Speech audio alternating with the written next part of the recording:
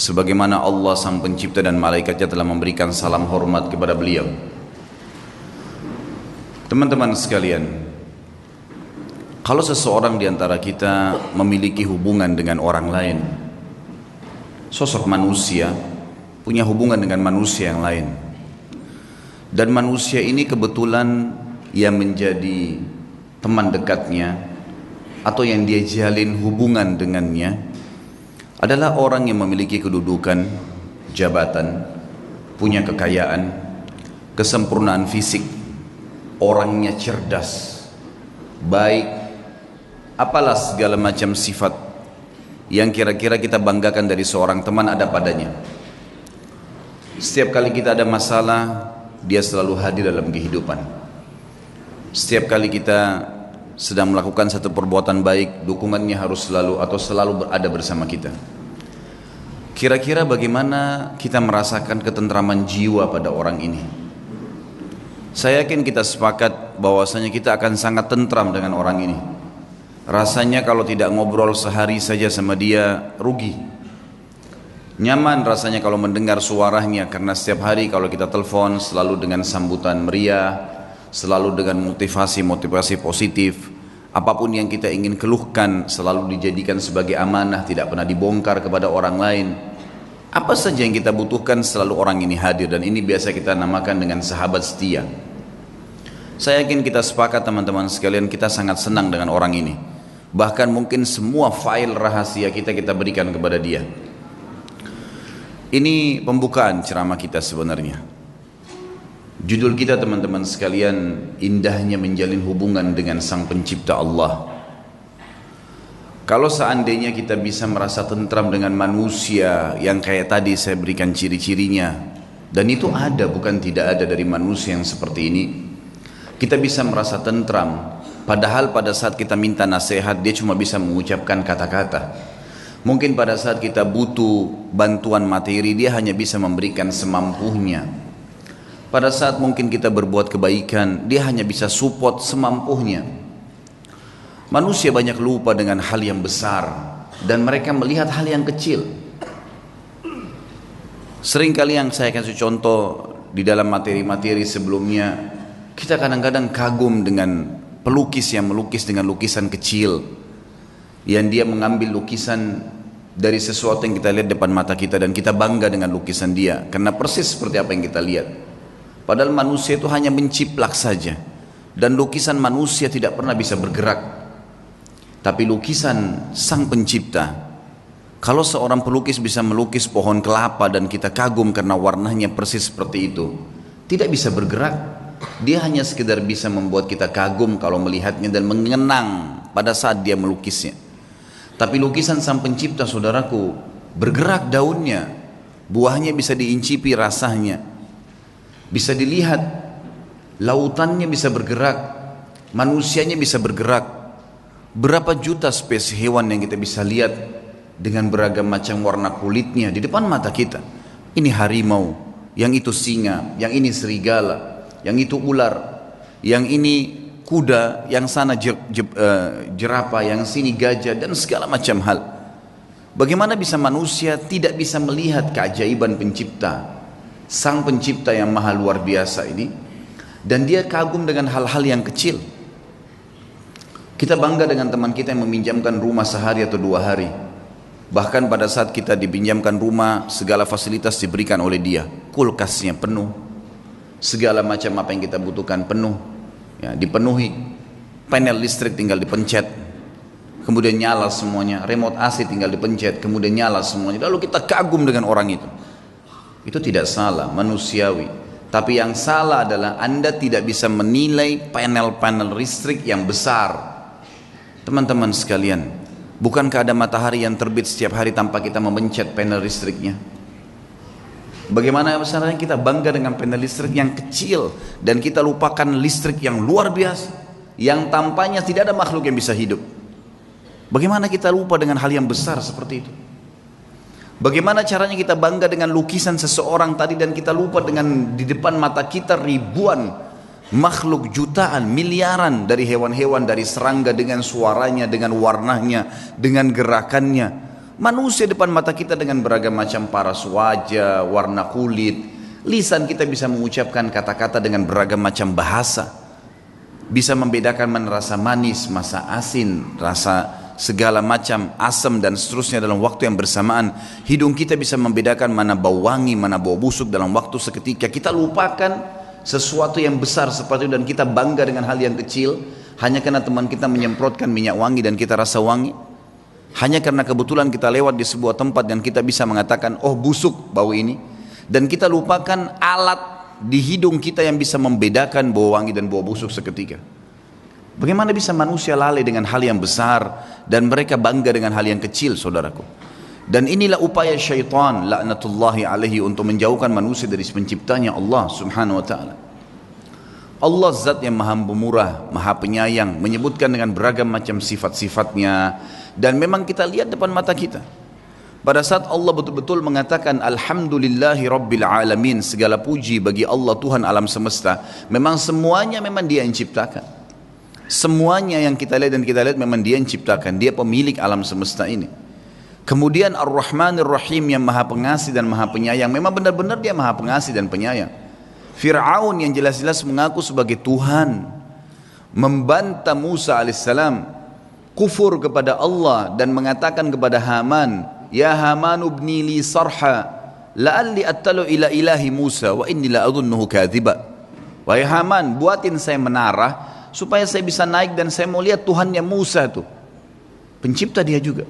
Dia tantang seperti itu. Mungkin saya bisa lihat Tuhannya Musa dan saya pasti yakin Musa itu pendusta. Tapi apa perintah Allah kepada Musa dan Harun alaihi wassalam? Idhaba ila fir'auna wa qula lahu qawlan layyina. Pergi ke Fir'aun tuh, hai Musa dan Harun, ucapkan kalimat yang santun. La'allahu yatadzakkar aw yakhsha. Siapa tahu dia mau sadar, karena dia tidak ngerti nih. Dia enggak tahu itu. Allah subhanahu wa ta'ala dengan kasih sayang yang luar biasa sampai seorang pencuri pun kalau ketangkap, kepergok dan dikeroyoki oleh masyarakat, teman-teman sekalian, itu juga bentuk kasih sayang Allah kepada dia. Demi Allah, kalau Allah enggak sayang sama dia, Allah biarkan dia dengan kesalahannya, maka di depan mata dia ada lubang api neraka yang akan membakar dia. Allah sudah ingatkan sebelum dia mencuri, sebelum dia kepergok, ada rasa takut, rasa khawatir, kemudian mungkin ketangkap sekali, tapi tetap dia ngotot. Bagaimana caranya Allah berhentikan? Didatangkan sebuah masalah yang berat buat dia supaya dia kapok. Kalau Allah biarkan dia tidak kebongkar, bayangkan berapa banyak kerusakan yang akan dibuat oleh orang ini. Dan Allah tahu dengan kemahamurahannya dan kasih sayangnya, hamba ini nggak ngerti, bodoh nih. Dia akan jatuhkan dirinya pada neraka yang dia sulit untuk selamat pada saat itu. Lebih baik sekarang kamu digebukin dan kamu akan tahu bahwasanya itu adalah berbahaya buat kamu kalau kamu lanjutin. Ibnu Qayyim rahimahullah, seorang alim ulama yang mengenal Tuhannya dan tahu bagaimana menjalin hubungan dengan Allah, berkata, Allah itu, kata beliau, kalau saya memberikan penjelasannya tidak disamakan dengan makhluk, tapi contoh beliau datangkan. Seperti seorang anak yang sedang minta tolong pada orang tuanya, kemudian orang tuanya belum memberikan kepada si anak tadi. Kenapa tidak diberikan? Karena ternyata si anak ini mau keluar dan bergaul dengan temannya yang buruk. Kalau anda semua di sini membayangkan memiliki seorang anak masih baru SMP, masih baru balik, kemudian tiba-tiba ada temannya ugal-ugalan, jelas narkotika, jahat orangnya, kemudian mengajak teman kita, anak kita dan menggodahnya untuk supaya keluar bersama dia di malam minggu misalnya, jelas mau ke tempat-tempat yang salah. Dan anda sebagai orang tua, kira-kira kita izinkan tidak? Tidak bakal diizinkan. Kalau orang tua yang berakal, dia tidak mengatakan tidak nak, tidak bisa. Ayah, ibu tolong izinkan saya. Jangan. Ayah, ibu tahu. Kenapa kita melarangnya? Karena kita tahu anak ini tidak mengerti. Enggak kok, saya bisa jaga diri. Enggak mungkin kok bisa jaga diri nak. Ayah dan ibu lebih tahu. Kata Ibnu Qayyim, Allah Azza wa Jalla lebih tahu dan lebih cinta pada hambanya dari dirinya sendiri. Wong Allah penciptanya kok. Allah lebih tahu. Sampai kalau saking bentuk kasih sayangnya Allah, sampai keluarnya kotoran, maaf, dari dubur dan kemaluan anda, itu bentuk kasih sayang Allah. Bayangkan kalau Allah nggak keluarin tuh bekas-bekas makanan. Bukankah orang kalau nggak bisa ngeluarin angin dalam 2-3 hari atau seminggu kembung kemudian harus ke rumah sakit? Bukankah kalau orang tidak, kita cuma tahu makan, kita nggak pernah tahu mana yang ada bakterinya atau tidak dari makanan tersebut, begitu masuk tenggorokan lalu tersortir dengan alami, dengan sistem yang luar biasa, sehingga mana yang jadi nutrisi tubuh, mana yang jadi kotoran. Dan dengan luar biasa Allah cuma memberikan rasa, kita cuma tahu masuk, oh ya mau buang air besar, masuk kamar mandi membuangnya, kita tidak pernah berpikir, bukankah Anda mencium baunya busuk?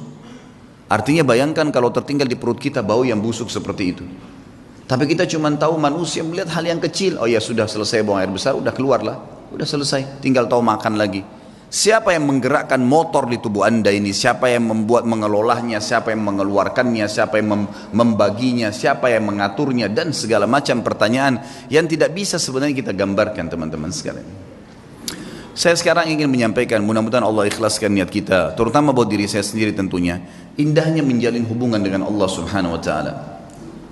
Kalau kita sudah mengenal Tuhan kita, teman-teman sekalian, dan caranya sederhana, hadirin majelis ilmu seperti ini, pelajari tentang rukun Islam, rukun iman, dalami tentang Allah Subhanahu wa taala, rutinkan terus jalankan, maka dengan izin Allah kita akan sampai pada titik nanti mengenal Tuhan kita. Dan kalau kita sudah mengenal Tuhan kita dan kita sudah akrab dengannya, perhatikan efeknya. Kita akan menjadi manusia yang super luar biasa. Kalau ada manusia, teman-teman sekalian, yang setiap kali diajak oleh temannya berbuat maksiat, dia jalan saja. Manusia, itu biasa.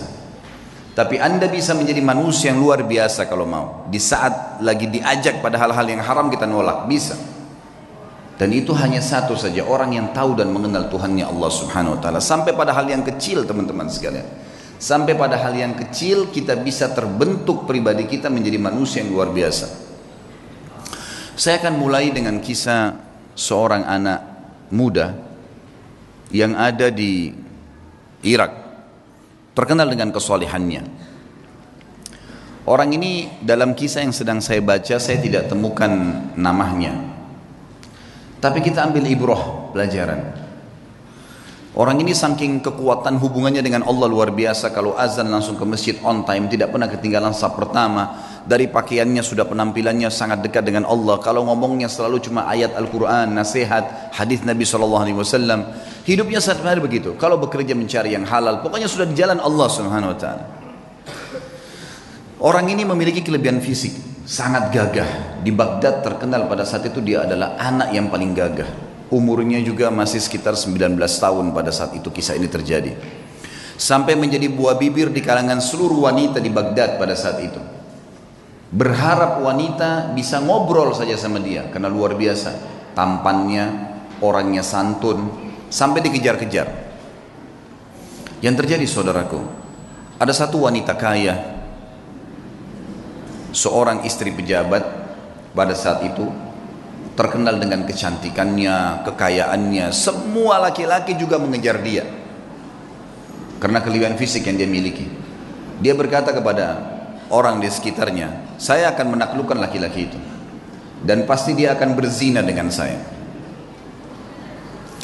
Yang terjadi saudaraku, dibuatlah sebuah tipu daya syaitan di depan rumah orang ini, perempuan ini. Kebetulan waktu suaminya lagi pergi bertugas keluar kota, dan zaman dulu orang kalau tugas berbulan-bulan dan Allahu a'lam bisa kembali atau tidak, karena memang mereka pada zaman itu tidak ada komunikasi, tidak ada transportasi kayak kita sekarang, tidak ada alat komunikasi maksud saya yang bagus seperti sekarang, dan tidak ada transportasi. Yang jelas dia lagi di rumahnya, dia berhias dengan semaksimal mungkin, kecantikan yang dia miliki dengan semerbak minyak wangi yang luar biasa. Kemudian dia bilang sama dayang-dayangnya, kalau anak muda itu lewat di depan rumah, bilang kalau di dalam rumah ada orang yang sedang sakit dan tidak ada laki-laki yang bisa bantu, tolong bawa ke tabib. Dijebaklah anak muda ini. Begitu dia lewat, tiba-tiba dayang-dayangnya keluar 3-4 orang dengan teriak-teriak, tolong bantu, tuan kami sedang sakit. Sampai akhirnya tidak ada laki-laki dan tolong bantulah. Akhirnya si laki-laki ini masuk ke dalam rumah tersebut. Waktu dia masuk dalam rumah tersebut, saudaraku seiman, maka yang terjadi adalah, yang terjadi pada saat itu, ditutup pintu. Kemudian si perempuan yang tadi licik ini berkata, kalau kau tidak mau berzina dengan saya akan teriak bahwasanya kau sengaja datang untuk mengganggu saya di rumah saya. Dijebak. Waktu itu rumah semua berdekatan, sedikit teriakan sudah kedengar. Serba salah. apa yang harus dia lakukan? Terjebak di sebuah ruangan rumah dengan wanita yang sempurna, terjebak di sebuah ruangan wanita di depan matanya dengan kesempurnaan, cantik, kaya, punya jabatan, tinggal minta dia berzina saja. Hanya itu. Dia bisa menikmatin, dia bisa mendapatkan harta dan seterusnya. Tapi saudaraku, orang yang sudah mengenal Tuhannya Allah berbeda. Dia sudah tahu siapa dia sudah tahu siapa yang akan dia hadapin dari makhluk juga ini. Dia sudah tahu bagaimana hukum Tuhannya. Dia sudah tahu janji-janji Allah nanti kalau dia meninggalkan yang haram, nantinya di surga akan dibalas apa. Dia sudah pelajari semuanya.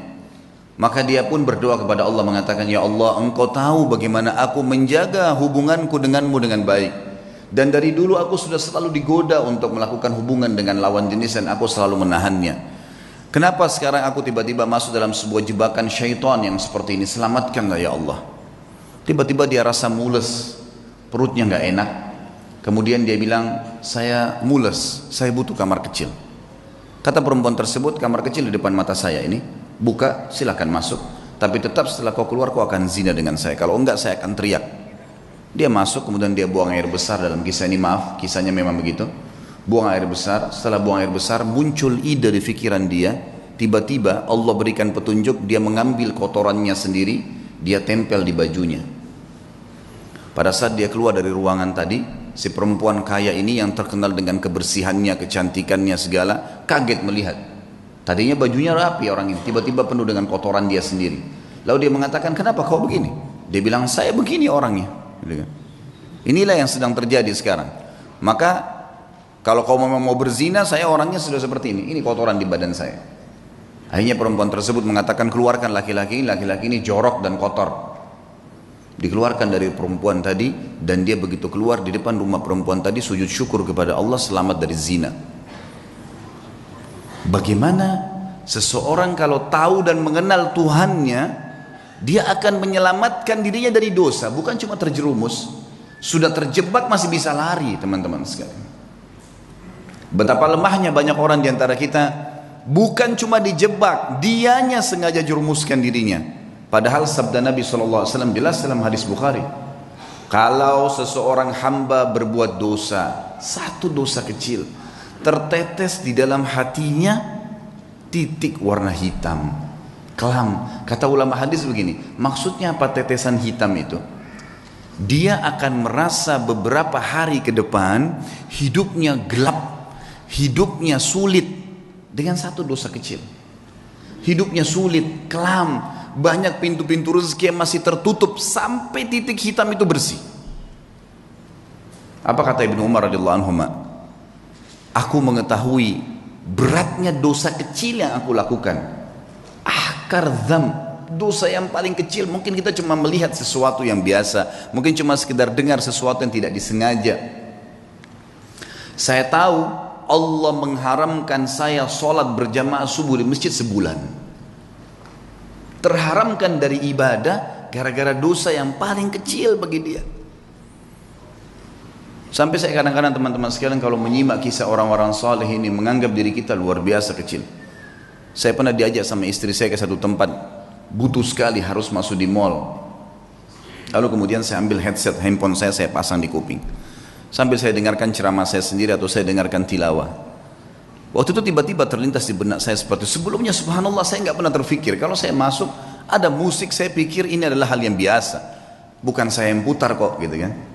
Tapi setelah saya simak kisah-kisah orang saleh ini dan saya fahami makna hadis tadi yang saya sebutkan, ternyata titik noda hitam di dalam hati dari dosa itu walaupun kecil sudah cukup mengharamkan kita dari nikmatnya ibadah yang luar biasa, gitu kan?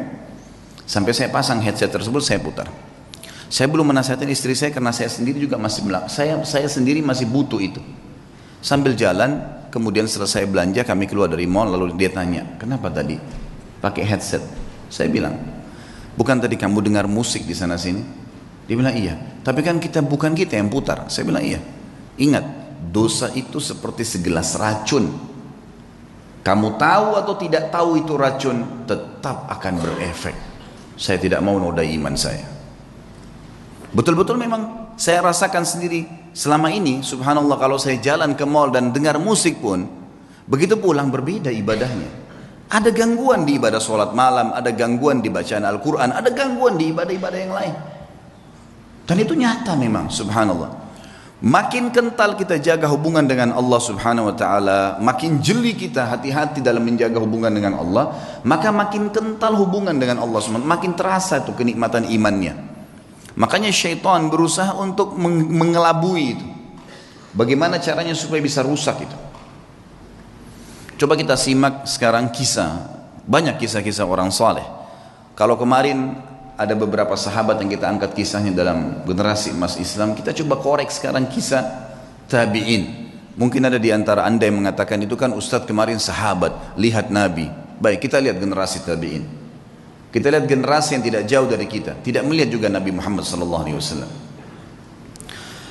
Saya akan angkat misalnya contoh teman-teman sekalian Muhammad bin Sirin rahimahullah. Muhammad bin Sirin ini salah satu ulama tabi'in yang terkenal dengan keimanannya, dan beliau ahli takwil mimpi. Pedagang di pasar. Satu waktu beliau berdagang, kemudian ada dagangan, dia ragu nih, syubhat. Ini kayaknya salah nih. Ragu, cuman ragu bimbang. Harganya 40.000 dirham. Ini luar biasa jumlahnya. Ini bisa mungkin sampai puluhan juta, mungkin 60-70 juta. Ditinggalin sama dia, nggak jadi transaksi. Dia ragu kalau sumbernya ini kayaknya haram nih, tinggalin sama dia. Satu pasar heboh, padahal cuma dia yang memang punya peluang untuk mendapatkan keuntungan itu, nggak mau, ditinggalin sama dia. Tersebar berita Muhammad bin Sirin meninggalkan 40.000 dirham. Ini bukan hal yang ringan. Seorang pedagang tahu nih keuntungannya. Baiklah, besok pagi kejadian, ada satu orang transaksi di tokohnya, berikan uang gitu kan, kurang 2 dirham. Kata Ibnu Sirin, demi Allah kau belum membayar 2 dirham itu. Kata orang itu, 2 dirham, demi Allah saya sudah bayar. Kata Ibnu Sirin, demi Allah kau belum bayar. Ribut nih, satu pasar sampai datang, lihat ribut dengan 2 dirham. Lalu kata teman-temannya, waktu itu akhirnya orang ini akhirnya membayar 2 dirham. Setelah itu Ibnu Sirin berikan barangnya, pergi.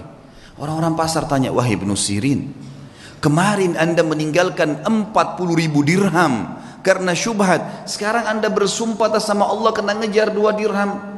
Apa kata Ibnu Sirin, orang yang mengenal Tuhannya? Ini yang penting teman-teman sekalian. Dia mengatakan, demi Allah saya bersumpah karena saya tidak mau dia makan haram, karena saya tahu itu haram bagi dia. Dia tinggalkan 40.000 dirham yang bisa dia dapatkan. Kadang-kadang kita, alah nanti aja deh gitu kan. Gampang nanti baku atur kalau orang kita bilang. Biasa begitu. Tutup mata aja dulu, yang penting sekarang masuk dulu uangnya. Lupa. 1 rupiah sudah cukup membuat anda masuk rumah sakit sebulan teman-teman. Kalau haram. Hati-hati. Imam Nawawi rahimahullah. Imam Nawawi ini pernah mendengar berita tetangganya kambingnya hilang. Tetangga dia bilang sama dia, kambing saya hilang, nggak tahu siapa yang ambil. Saya udah cari di tempat-tempat yang biasa saya gembalain, nggak ada. Berarti dicuri nih. Imam Nawawi tidak beli kambing 1 bulan, nggak beli kambing. Semua kambing di pasar yang sudah mentah, yang sudah terpotong atau yang masih hidup dia tidak mau beli. Sampai dia pastikan kambing tetangganya sudah ada beritanya mati atau memang dia temukan kembali. Sebulan dia nggak mau beli. Takut nanti kalau yang dia beli itu kambing temannya yang hilang. Saking hati-hatinya menjaga hubungan dengan Allah. Bayangin nih. Bagaimana dengan keadaan kita teman-teman? Semua dianggap remeh nih. Dari makanan, dari minuman, dari pakaian, yang penting pakai saja, yang penting makan saja. Subhanallah. Semua ada tanggung jawab nih. Harus hati-hati menjaga hubungan dengan Allah subhanahu wa ta'ala. Ibnu Sirin ini pernah menasehatin seseorang dengan nasihat yang sangat santun. Orang ini kebetulan mencaci maki Hajjaj bin Yusuf. Kalau teman-teman belum kenal Hajjaj bin Yusuf, orang ini luar biasa jahatnya. Hajjaj bin Yusuf ini terkenal dengan kejahatan, gitu kan. Artinya orang ini suka menyiksa orang, suka mukul orang, gitulah ceritanya, gitu kan. Yang jelas ringkas cerita, Hajjaj bin Yusuf ini dicaci maki oleh seseorang di sebelah Muhammad bin Sirin. Ini orang gini, ini orang gini, ini caci maki macam-macam. Kata dia, nasihatnya sangat luar biasa. Sah ya ibna akhi, hati-hati dengan ucapanmu wahai saudaraku. Fa innal hajjaj aqbala ila rabbih.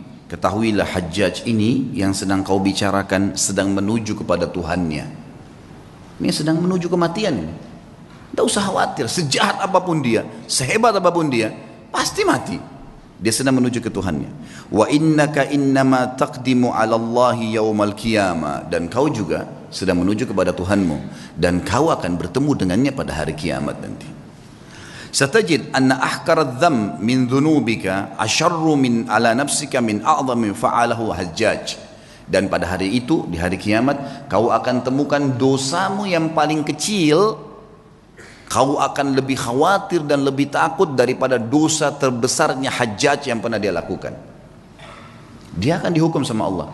Tapi nanti hari kiamat kau akan temukan dosamu yang paling kecil adalah sesuatu yang lebih kau takuti daripada dosa terbesarnya Hajjaj. Falikulli imri'in sya'nun yughnih. Ketahuilah, semua orang akan sibuk dengan perkaranya sendiri. Ya. Wa'lam anna Allah azza wa jalla sayakhtassu minal Hajjaj mimman zalamahum. Dan pasti ketahuilah dan yakini Allah akan membalas Hajjaj, ya, orang yang sedang kau bicarakan itu, dari orang-orang yang dia zalimi, tidak tertinggal sedikit pun. Wa yakhtassu lil Hajjaji mimman yadhlimuna. Tapi ingat, Allah juga akan menolong Hajjaj dari orang-orang yang menzalimi dia.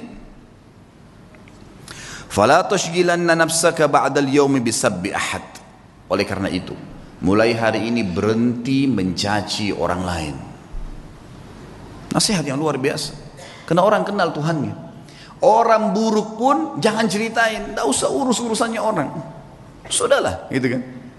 Tugas kita kalau kita lihat aib pada diri orang, alhamdulillah nggak ada pada saya. Ya Allah berikan dia hidayah. Cukup sebatas itu saja. Jangan lebih. Kenapa dia begini? Kenapa dia begitu? Kenapa dia begini? Untuk apa kamu campurin itu? Apa gunanya buat kamu? Ingat, dia akan berhubungan sama kita di hadapan Allah dengan keadilannya Allah. Kezaliman yang dia lakukan sama kita, kita akan ambil. Tapi kezaliman kita pada dia juga dia akan ambil.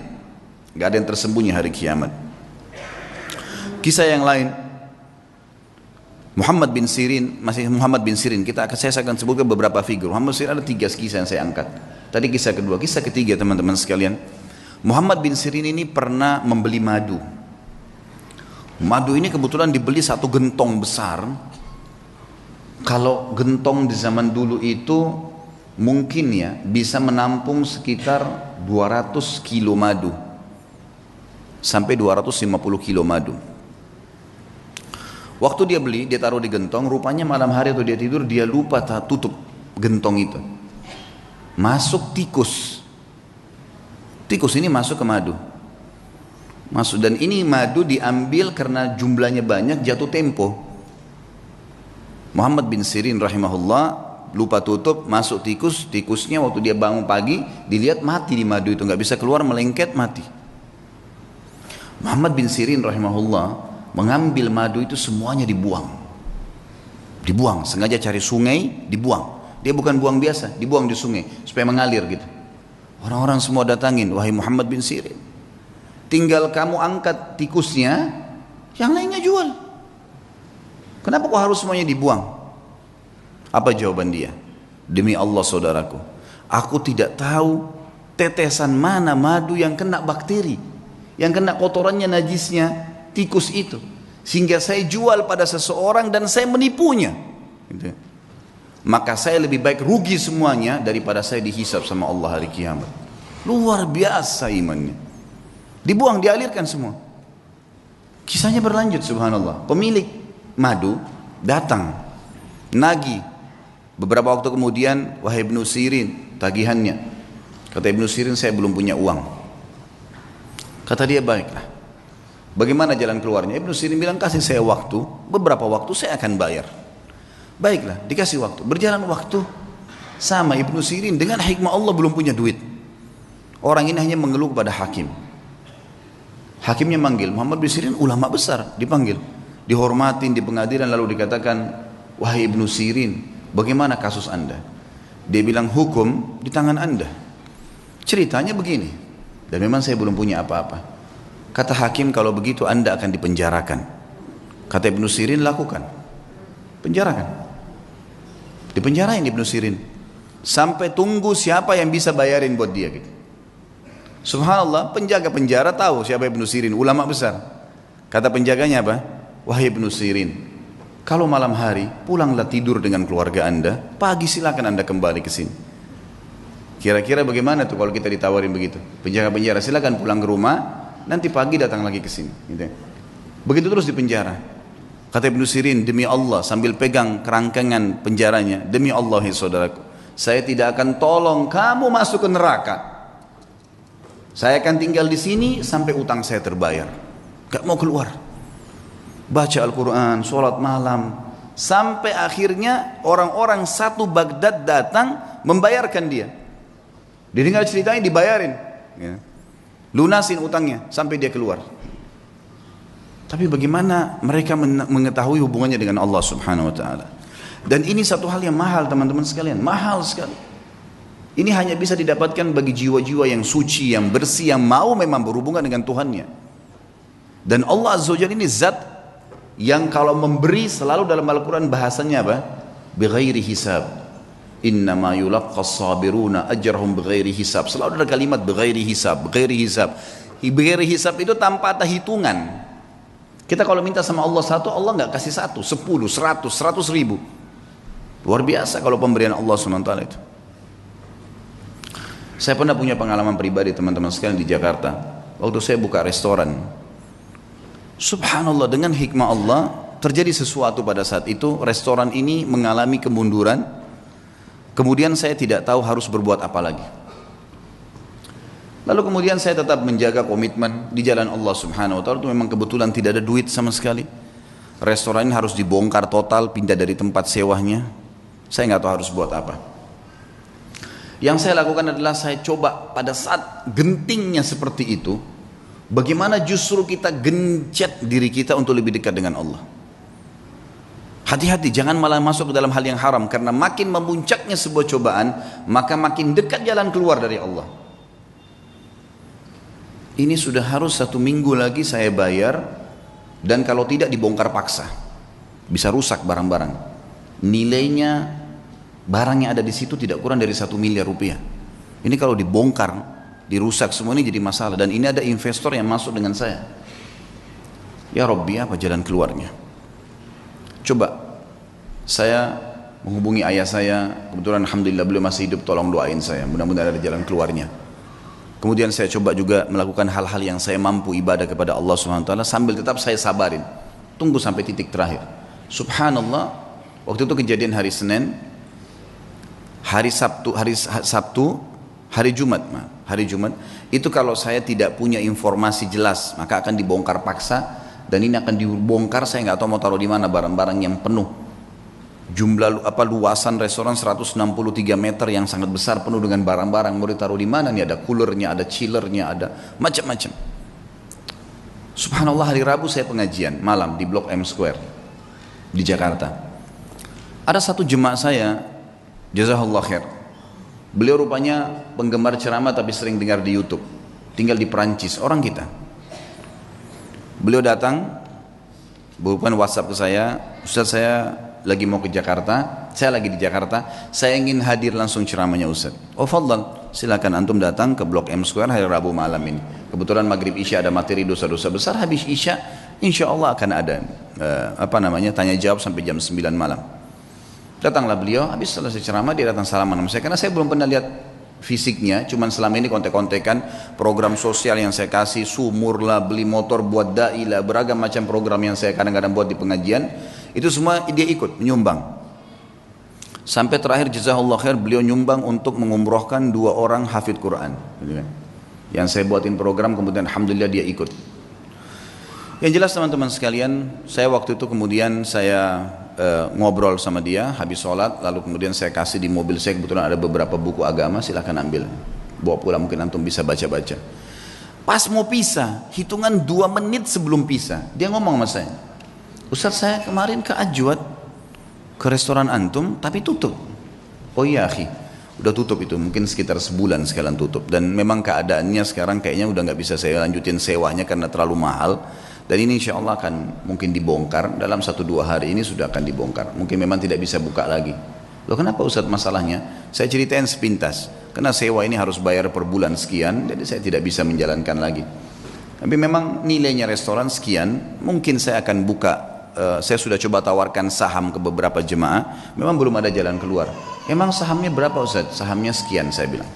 Ada nilai yang saya sebutin tentunya tidak layak saya sebutin dalam pengajian. Kemudian dia bilang sama saya, kenapa Ustaz baru bilang? Saya sebenarnya baru kemarin ikut investasi di satu perusahaan yang saya inginin. Baik Ustaz, berikan saya waktu, malam ini saya bicara sama istri, siapa tahu ada jalan keluar. Fadhal, silahkan. Saya pulang ke rumah.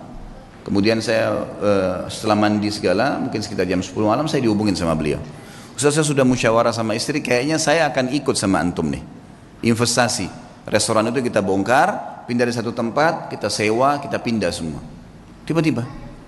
Ini orang datang dari Perancis, Allah utus datang ke saya ke Jakarta, kemudian kasih jalan keluar. Dan teman-teman kalau saya sebutin nilainya, dia kasih uang ke saya cash 650 juta. Saya sampai gak bisa tahan, waktu itu nangis sujud-sujud sama Allah, ini jalan keluar bagaimana ini? Saya langsung datang ke mallnya, waktu itu saya bahasakan ini saya mau buka kembali, dia bilang udah gak bisa Pak, harus bongkar. Baiklah, berikan saya waktu, saya sudah punya anggaran, saya sewa.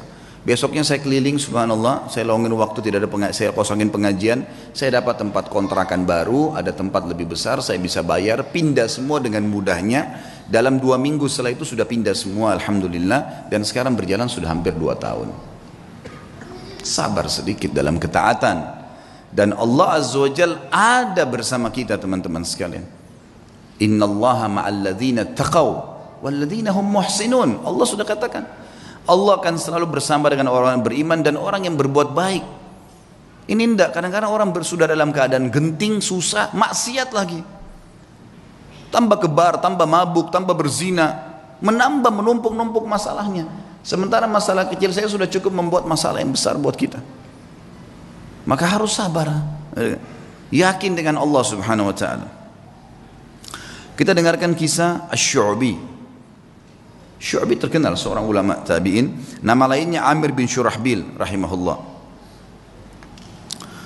Beliau pernah menjadi penasehat khalifah. Penasehat khalifah ini zaman dulu kelebihan khalifah-khalifah Islam kita, itu mereka menjadikan penasehat-penasehatnya selalu ulama, sehingga memang terkontrol terus, terawasi. Ini boleh nggak? Nggak boleh. Ini boleh nggak? Boleh. Kita lihat kalau kisah sukses pemimpin kita selalu di sebelahnya ada alim ulama. Kalau yang jauh dari ulama pasti udah kacau semua tuh, gitu kan. Maaf saya tidak singgung siapapun tentunya, tapi saya membahasakan ini umumnya, histori. Kalau kita lihat coba baca deh, suksesnya pemimpin-pemimpin khalifah-khalifah kita, gitu kan. Itu semua di sebelahnya memang ada penasehat para ulama. Waktu Abu Bakar menjadi khalifah, penasehatnya Umar bin Khattab. Waktu Umar bin Khattab jadi khalifah, Ali bin Abi Thalib dan Uthman menjadi penasehatnya. Waktu Uthman bin Affan, Abdurrahman yang menjadi penasehatnya Ali bin Abi Thalib dan Talha, dan Sa'ad bin Abi Waqqas. Terus begitu, mereka saling minta orang-orang di sebelahnya jadi penasehat. Subhanallah, khalifah ini sangat terkenal dengan kesolehannya. Abdul Malik bin Marwan namanya. Saleh dia jadikan penasehatnya Syu'bi. Syu'bi seorang ulama yang terkenal, ulama hadits, ulama fikih dan seterusnya. Pernah satu waktu khalifah ini menahan sebagian orang, tapi belum jelas orang ini salah atau enggak. Penjarain dulu deh, gitu kan. Dipenjarain dulu untuk memastikan orang ini salah atau tidak. Gitu. Maka beliau di sebelah khalifah tidak tinggal diam, langsung menasihatin, mengatakan, ya Amiral Mukminin, wahai pemimpin orang-orang yang beriman, in kunta habastahum bil batil, kalau anda menahan mereka dengan batil, nggak benar nih, fal haqqu yukhrijuhum, pasti kebenaran akan mengeluarkan mereka. Wa in kunta habastahum bil haqq fal af'u yas'auhum, kalaupun anda menahan mereka karena mereka salah, maka Allah lebih memuji sifat memaafkan. Nasihat yang luar biasa.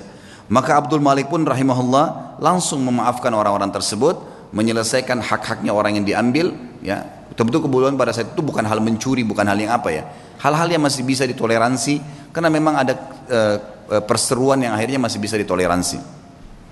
Akhirnya dimaafkan oleh Abdul Malik, tapi posisi di sini Syu'bi menasihatinya. Pernah satu waktu Syu'bi ini diutus oleh Abdul Malik bin Marwan menuju ke Kaisar Romawi. Kisah yang kedua tentunya. Pada saat dia pergi ke Kaisar Romawi, teman-teman sekalian, pas tiba di sana, Kaisar Romawi heran dengan kecerdasan Syu'bi. Dengan 2 hari di sana Romawi, dia sudah bisa tahu berapa jumlah kamar, bangunan ini dari apa komposisinya, tamannya seluas apa. Banyak hal yang aneh-aneh yang ditahu oleh Syu'bi dalam 2 hari di istananya gitu. Lalu dia kagum dengan kecerdasannya. Maka dia ingin buat kekacauan nih. Dia kirim surat. Surat ini dia bilang kepada Syu'bi, wahai Syu'bi, kasih ini kepada khalifahmu, jangan buka, kasih ke dia. Dia bilang baiklah. Syu'bi menjaga amanah, dikasih kepada Amir Mu'minin Abdul Malik.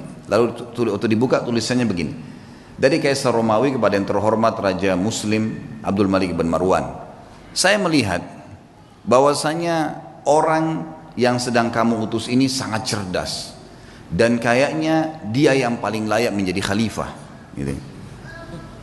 Bahasa begitu. Lalu Abdul Malik ini menutup surat lalu mengatakan kepada Syu'bi, apa kau tahu apa yang terjadi? Surat ini apa isinya? Dia bilang, demi Allah tidak wahai Amir Mu'minin.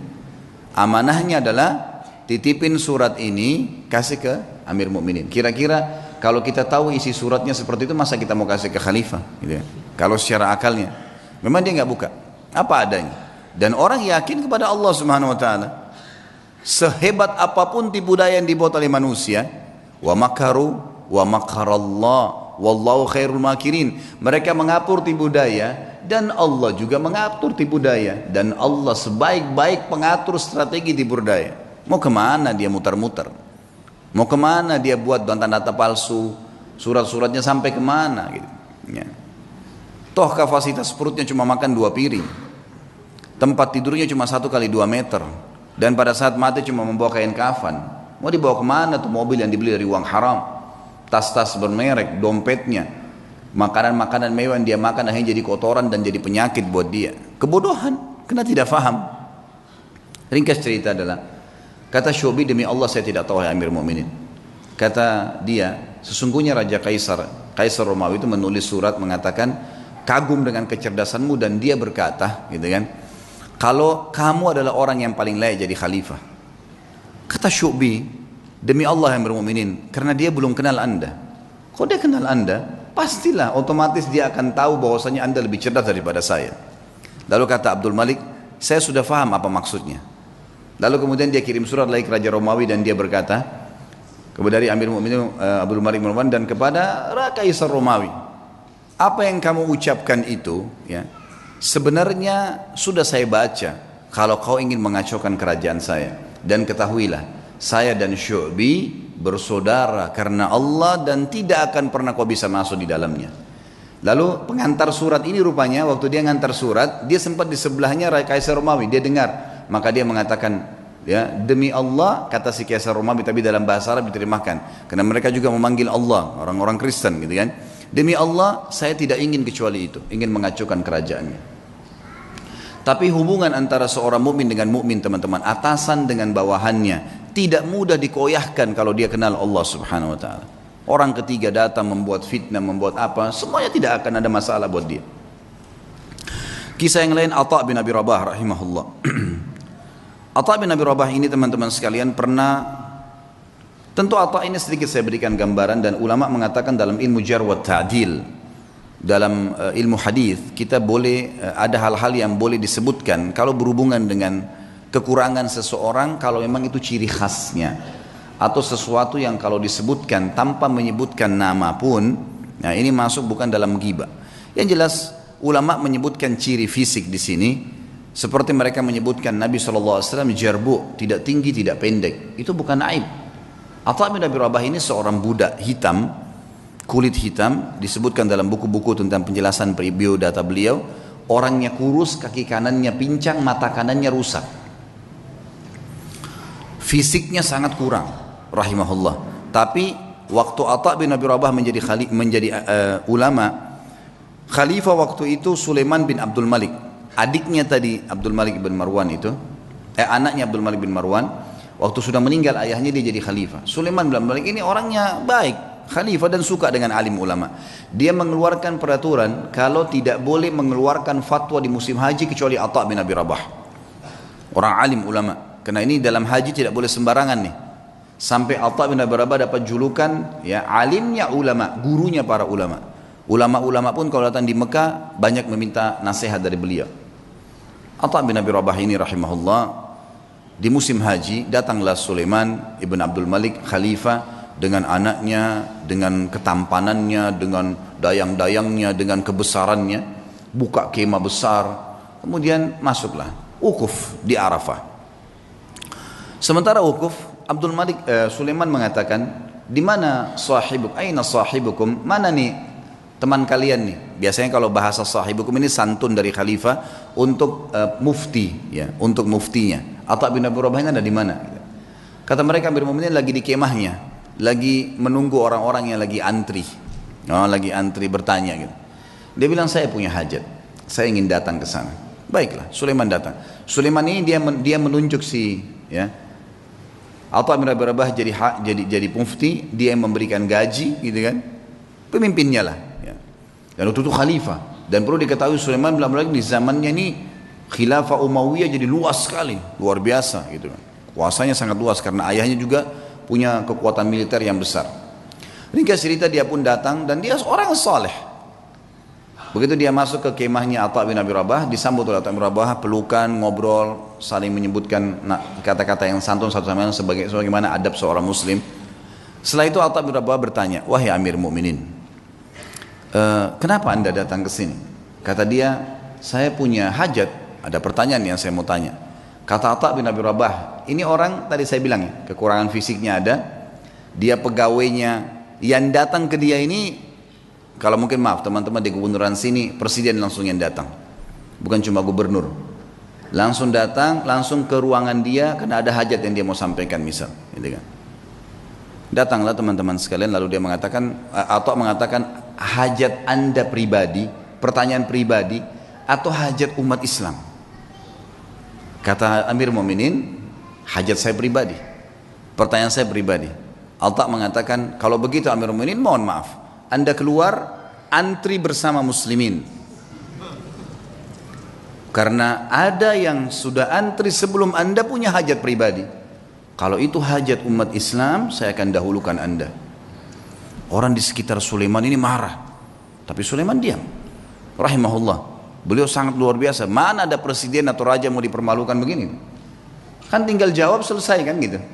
Tapi beda nih, ini namanya muru'ah ya, kehormatan, menjaga kesucian kehormatan dengan Allah, luar biasa. Silakan anda antri, karena muslimin sudah antri sebelum anda. Sulaiman keluar antri, ini orang di belakangnya sudah pada marah nih, ajudan-ajudannya segala sudah luar. Ini kalau bukan karena Sulaiman, dalam riwayatnya dikatakan kalau bukan karena Sulaiman diam, maka kami sudah ngamuk nih gitu. Gitu kan? Ini kalau orang sekarang sudah remuk-remuk tulangnya gitu kan. Subhanallah antri. Dan Atha bin Abi Rabah dalam kisah ini dikatakan menjawab fatwa dengan tenang. Hukumnya begini sampai selesai, sampai giliran datang Sulaiman. Begitu datang bertanya, dijawab juga dengan tenang. Sudah selesai, pulang, sudah pamit pergi. Begitu kembali ke istana, tentu ada masalah nih ya. Sulaiman menarik dengan keimanannya juga, akhirnya dia mengatakan, kumpulin semuanya, kumpulin semua kerabat saya yang ada hadir di sini dan semua ajudan pemerintahan. Dipanggil semua kumpul. Di kemah yang besar mereka kumpul, lalu dia mengatakan, apa yang kalian lihat bukanlah sesuatu yang mempermalukan. Amir Mu'minin, raja, bukan sesuatu yang mempermalukan. Dan demi Allah, Allah memuliakan Atha bin Abi Rabah dari saya karena ilmunya. Dan di dalam Islam memang seorang alim di atas seorang amir. Dan memang saya punya hajat pribadi, maka jangan pernah ada yang merasa marah dengan Atha bin Abi Rabah, karena saya sendiri tidak marah dengan dia. Dan wahai anak-anakku dan para ajudanku, belajarlah agama, karena ilmu agama akan mengalahkan singasana para khalifah. Tapi bagaimana teman-teman, khalifah bisa begitu, Atha bin Abi Rabah alim bisa begitu, dan semua dengan lapang dada bisa menjaga. Kenapa? Karena mereka yakin ada raja yang sebenarnya, Allah Azza wa Jalla. Kita teman-teman cuma kebetulan saja beda formalitas nih, baju bedanya cuma sementara. Ini jabatannya, oh ini si fulan, ini mobilnya bedanya begini. Itu cuma hiasan, kemasan. Sama dengan makanan, misal kalau di Makassar ada coto yang ditaruh di mangkuk yang mahal, ada yang ditaruh di piring yang biasa, tapi sama saja coto, gitu kan gitu. Mudah-mudahan bahasa ini bisa difahamin, gitu kan, karena kalau makanan langsung paham biasanya. Satu waktu, kisah yang lain, Atha bin Abi Rabah mendatangi jadi Sulaiman meninggal dunia, Khalifah tadi meninggal dunia, sudah lewat waktunya dia meninggal dunia. Datang adiknya bernama Hisham bin Abdul Malik. Biasanya memang sudah tradisi, mungkin teman-teman di kantor pemerintahan sudah tahu, biasanya kalau ada datang pejabat baru, maka dia akan ambil informasi dari pejabat sebelumnya tentang orang-orang relasi yang bisa dihubungin, kan gitu. Itu sudah biasa, turun temurun memang dari dulu gitu. Tapi mudah-mudahan relasinya ini orang-orang yang tepat. Yang jelas Hisham bin Abdul Malik sudah tahu kakaknya ini Sulaiman terkenal dengan kesolehannya, dengan kealimannya, dia telah menunjuk ya Atha menjadi mufti. Maka dia tidak mau ganggu tuh, dibiarin Atha jadi mufti, lanjutin fatwanya. Satu waktu Atha bin Abi Rabah datang ke istananya. Atha bin Abi Rabah ini teman-teman sekalian naik keledai, keledainya tua, dan untuk naik ke keledai itu kan biasanya ada pijakan untuk injak ya, itu dari kayu biasa. Bajunya biasa, imamahnya juga sudah tua, besar gitu. Dia lagi jalan dari Mekah menuju ke Damaskus, ibu kota Syria. Perjalanan lumayan 1 bulan. Subhanallah, begitu mau sudah kelihatan istananya Khalifah Hisham bin Abdul Malik, ada satu ulama lain namanya Atha juga Al-Khurasani dari Persia. Terkenal juga ulama tabi'in, Atha Al-Khurasani. Jadi kalau disebut nama Atha dua ini, Atha bin Abi Rabah di Mekah, ini bekas budak yang jadi alim ulama. Ini Atha Al-Khurasani memang anak pejabat, tapi jadi alim ulama juga. Dia lagi di kereta kencananya. Kalau kita sekarang mungkin mobil yang paling mewah gitu kan. Kalau kita kencana dulu, ada 2 orang yang di depan memegang kudanya dihias dengan beragam macam hal. Luar biasa lah, kita tahu ini pejabat gitu. Begitu Atha Al-Khurasani lihat dari jauh, Atha bin Abi Rabah dikenal nih. Dia suruh berhentiin kereta kencananya. Ada anaknya yang ikut di situ, anaknya Atha Al-Khurasani lagi ikut. Lalu Atha Al-Khurasani turun mendekati keledai itu. Kata anaknya yang meriwayatkan kisah, saya belum pernah lihat ayah saya turun mendampingi orang, datangin orang. Biasanya dia yang didatangin. Ini enggak, dia turun dia datangin. Siapa orang ini? Sudah imamanya tua, bajunya tua, keledainya lagi pakai kayu, gitu kan. Kata anaknya nih, dia bilang, saya tidak pernah lihat ada orang semiskin itu. Dalam kisah itu gitu. Lalu ayah saya pun datang memeluk salaman seperti sahabat lamanya. Lalu mereka ngobrol, saya tidak tahu apa yang diobrolin. Lalu kemudian ayah saya kembali ke kereta kencana lalu mengatakan kepada saya, wahai anakku, saya akan masuk bersamanya ke Amir Mukminin. Kata anaknya, ayah, siapa orang ini? Saya belum pernah lihat orang semiskin ini gitu. Kata dia, hati-hati dengan lisanmu. Ini adalah Atha bin Abi Rabah. Kata anaknya, Atha bin Abi Rabah, alim ulama. Kata ayahnya, iya. Makanya hati-hati, jangan ngomong sembarang. Walaupun bukan Atha bin Abi Rabah, kau tidak pantas mengucapkan kalimat itu. Anaknya mengatakan, saya pun beristighfar kepada Allah. Lalu saya melihat ayah saya jalan kaki bersama dengan Atha bin Abi Rabah. Masuk. Ini cerita, masuklah mereka ke istana lalu mereka keluar. Kata anaknya, ayah, kata anak Atha Al-Khurasani, anaknya bilang, ayah, ceritain apa yang tadi terjadi di dalam.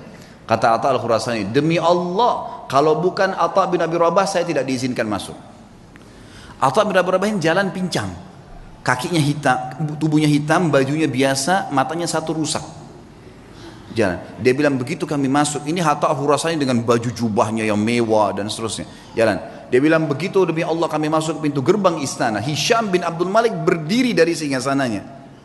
Raja berdiri, kemudian mendekati Atha bin Abi Rabah, dan orang-orang tidak tahu nih Atha bin Abi Rabah siapa. Pejabat-pejabat ini banyak yang tidak tahu karena cuma dengar namanya. Lalu julukannya Atha bin Abi Rabah ini adalah Abu Muhammad, anaknya Muhammad. Hisham mengatakan, hahuna Aba Muhammad, kesini ayahnya Muhammad. Atha bin Abi Rabah setiap mau mampir ke sebuah kursi dia bilang, la hahuna Aba Muhammad, dirangkul terus tangannya. Kata Atha Al-Khurasani, begitu sudah dekat dengan singgasananya, lalu kemudian saya dipersilakan duduk. Atha Al-Khurasani dipersilakan duduk. Lalu Atha bin Abi Rabah demi Allah didudukkan di sebelah singgasana khalifah, sebelahnya pas. Dan belum pernah singgasana khalifah diduduki oleh orang lain termasuk anaknya khalifah. Enggak boleh duduki singgasana itu.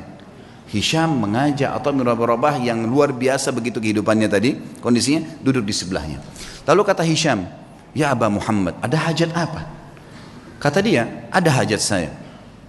Hajat yang pertama dia bilang, penduduk Mekah dan Madinah wahai Amir Mu'minin, tetangganya Allah dan tetangganya Rasulullah SAW. Karena di Mekah ada Ka'bah, berarti orang yang tinggal di Mekah kan tetangganya Allah, bahasa santunnya begitu. Di Madinah ada rumah Nabi SAW, walaupun ada kuburannya beliau sekarang, sudah jadi kuburan, tapi kan rumahnya Nabi masih ada. Itu kan masuk dalam masjid. Tetangganya Rasulullah SAW terlambat ataya mereka. Ataya ini kayak pemberian yang diberikan oleh kerajaan, ya, dari khilafah diberikan kepada masyarakat semua, kaya atau miskin semua dapat dari hasil pendapatan negara, nanti dikeluarkan untuk kebutuhan negara, kemudian sisanya dibagi rata. Itu haknya masyarakat. Penduduk Mekah dan Madinah tetangga dengan Rasulullah SAW terlambat ataya mereka. Maka saya mengingatkan anda kepada Allah agar memberikan kepada mereka. Baik. Kata Hisham, ya gulam, sekretaris datang, catat dan berikan sekarang juga. Ada lagi hayanya Muhammad? Ada lagi. Para mujahidin yang membela perbatasan kaum muslimin, mereka ribat setiap hari. Terlambat gaji-gaji mereka. Ada istri dan anak mereka mengeluh dengan saya. Maka berikan hak mereka. Ya gulam, catat, segera jalankan pesannya Aba Muhammad. Ada lagi hayanya Muhammad. Terus aja Atha menyampaikan hajat muslimin. Gak ada hajat dia pribadi nih, hajat begini, hajat begitu. Ringkasnya adalah terakhir, sudah 5 hajat, 6 hajat disampaikan. Kata Amir Mu'minin, masih adakah hayat Muhammad? Kata Atha Al-Khurasani, demi Allah Atha bin Abi Rabah berdiri dengan tegak di depan Amir Mu'minin, lalu mengatakan kalimat yang membuat istana itu kalau mau goncang bisa goncang. Dia mengatakan apa? Wahai Amir Mu'minin, ada hajat yang lebih penting dari semua yang saya sampaikan tadi.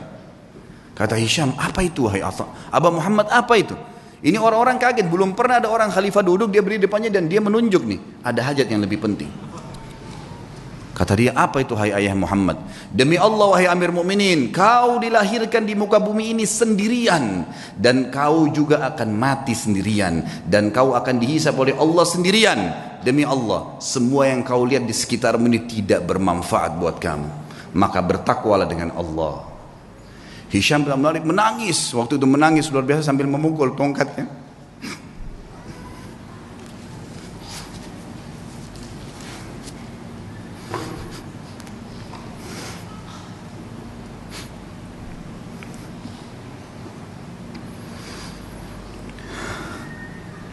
Hisham bin Malik akhirnya memukul tongkatnya sambil menangis, teman-teman sekalian. Lalu mengatakan jazakallahu khairan, semoga Allah balas anda dengan kebaikan, gitu. Setelah itu kemudian kata Atha Al-Khurasani, kami pun keluar, dan demi Allah Atha bin Abi Rabah tidak minum segelas air pun dari Amir Mu'minin, tidak minum segelas air pun. Dan waktu kami tiba di pintu gerbang, maka dikejar oleh seorang sekretaris untuk memberikan dia sekantong uang emas. Maka Atha mengatakan, demi Allah saya datang bukan untuk ini. Kemudian ditinggalkan. Lalu kemudian Atha bin Abi Rabah pulang, teman-teman sekalian, hanya untuk nasihat di khalifah untuk hajat muslimin, dan tidak ada hajat dia sama sekali. Kata Atha Al-Khurasani sebagai penutup kisah, demi Allah kalau Atha bin Abi Rabah menyebutkan semua hajatnya, maka akan dipenuhi oleh Amir Mu'minin. Itulah kisah yang luar biasa dari seorang Atha bin Abi Rabah, yang luar biasa bagaimana menasihati khalifah dan karena Allah subhanahu wa ta'ala. Kisah yang lain, Urwah bin Zubair rahimahullah. Urwah bin Zubair juga adalah salah satu orang yang sangat luar biasa, terkenal dengan kesolehannya. Urwah bin Zubair ini anaknya Zubair bin Awam. Zubair bin Awam adalah salah satu 10 orang yang dijamin masuk surga. Anaknya Urwah. Urwah bin Zubair ini pernah duduk bersama dengan teman-temannya. Ada Abdullah bin Zubair, saudaranya sendiri, ya, yang terkenal. Abdullah bin Zubair salah satu perawi hadis, ya, yang terkenal nanti sempat jadi khalifah beberapa saat. Kemudian ada Abdul Malik bin Marwan. Dan ada lagi satu adiknya Abdul Malik bin Marwan. Duduklah mereka di depan Ka'bah, lagi ngobrol anak-anak muda ini. Kemudian mereka sambil berkata, cobalah kita saling, ya, memohon kepada Allah, berharap sesuatu yang paling dia harapkan di depan Ka'bah. Siapa tahu Allah kabulkan. Berkatalah Abdullah bin Zubair, saya berharap menjadi khalifah, menguasai Hijaz, Mekah dan Madinah. Lalu adiknya berkata, adiknya lagi, yang satu mengatakan, saya mau menjadi penguasa Khurasan, wilayah Persia. Abdul Malik mengatakan, kalau itu angan-angan kalian, maka saya berharap menjadi khalifah muslimin secara umum, menguasai semua wilayah Islam. Tiga-tiganya sudah berangan-angan, lalu mereka kembali kepada Urwah. Wahai Urwah, kalau kamu bagaimana? Kata Urwah, semua yang kalian harapkan duniawi, berharap menjadi khalifah, berharap menguasai ini dan seterusnya. Kalau saya berharap menjadi seorang alim ulama muslimin, mengajarkan mereka tentang halal haramnya sang pencipta Allah, dan saya berharap balasan darinya. Maka selesailah, bubarlah mereka ini. Ternyata subhanallah, angan-angan itu dikabulkan oleh Allah. Abdullah bin Zubair sempat menjadi khalifah beberapa bulan, adiknya juga sempat menjadi gubernur di Khurasan. Abdul Malik setelah itu menjadi khalifah muslimin yang besar. Dan Urwah bin Zubair pun rahimahullah diterima oleh Allah menjadi alim ulama, sampai menjadi 7 ulamanya Madinah pada saat itu. Ringkas cerita, Urwah bin Zubair pernah diuji oleh Allah subhanahu wa ta'ala. Ujiannya berat. Orang-orang beriman ini ujiannya berat. Tapi subhanallah, iman itu dijadikan, ya, kalau begini memahami teman-teman, kalau ada ujian yang berat datang kepada antum, lihat orang yang lebih berat. Misal masalah utang, terlilit utang, misal ada penyakit, coba lihat orang yang lebih berat. Karena ada orang yang lebih berat daripada kita, pastinya itu, tidak mungkin tidak. Dan juga teman-teman sekalian, bersangka baiklah dengan Allah.